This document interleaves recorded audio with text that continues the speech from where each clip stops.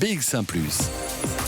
L'édito Fabrice Grosfilet. Depuis 3 jours, le monde politique bruxellois ne parle plus que de ça. L'interview que Raja Mawan a donnée au journal Le Soir, vendredi, et qui ressemble à un gros pavé dans la mare. Pas un petit caillou qui fait gentiment des ricochets, plutôt le genre tsunami. Alors on reste à Bruxelles, personne n'est mort, mais c'est clair que Raja Mawan a bien éclaboussé la majorité bruxelloise et que tout le monde a désormais les pieds mouillés. Au départ, il y a une réaction à la décision de justice qui a condamné la STIB à indemniser une demandeuse d'emploi écartée parce qu'elle refusait de retirer son voile. Ça doit faire jurisprudence, affirmait donc Raja Mawan dans cette interview, qui a glissé au passage que le Parti socialiste n'avait pas de ligne claire sur la question du foulard. Le ton était donné pour la fête de l'Iris. Raja Mawan n'a donc pas fait de cadeau au Parti socialiste.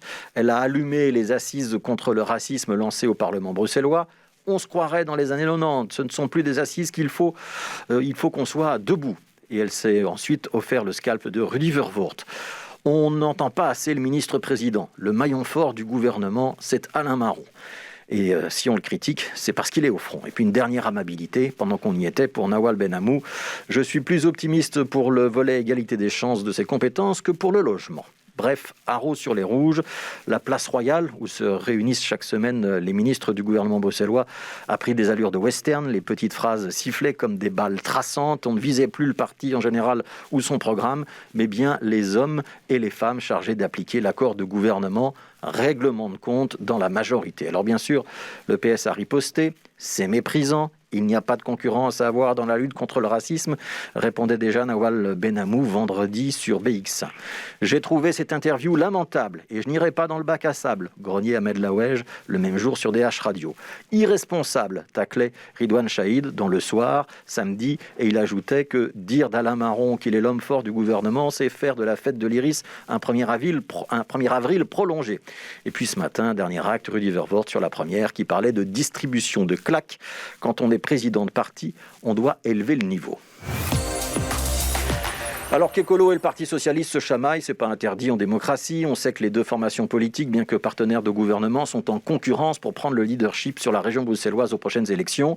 Et cette bataille n'est pas anecdotique. Celui qui virera en tête au moment du scrutin sera en mesure de réclamer la ministre-présidente. Ce qui est dérangeant ici, c'est la violence des coups portés tous azimuts et surtout le fait qu'ils visent nommément des personnes, le ministre-président, la secrétaire d'État au logement. Puis surtout que celle qui porte les coups est quand même coprésidente de parti, et ça c'est presque du jamais vu.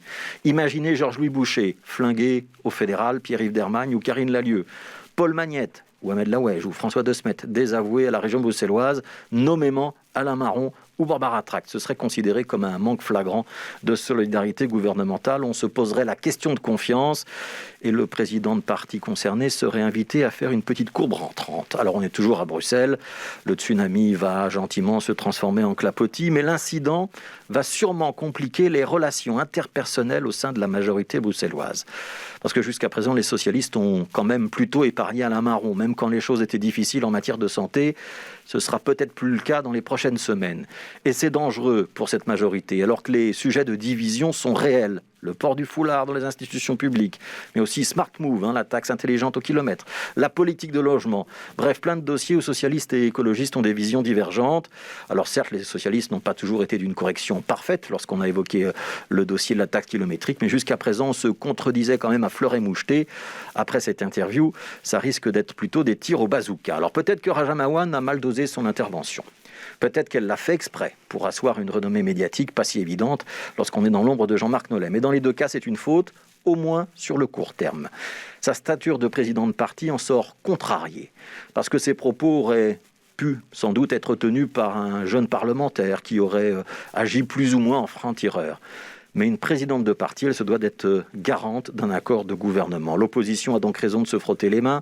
La majorité bruxelloise va sortir affaiblie de l'épisode. Et dans l'équilibre subtil à Bruxelles, qui associe au vert et au rouge défi, l'Open VLD, on n'est pas sûr que les écologistes, à l'avenir, puissent peser autant qu'ils le souhaitaient. Quand on donne une interview au vitriol, on ne doit jamais oublier que le vitriol, sur le long terme, ça laisse des traces.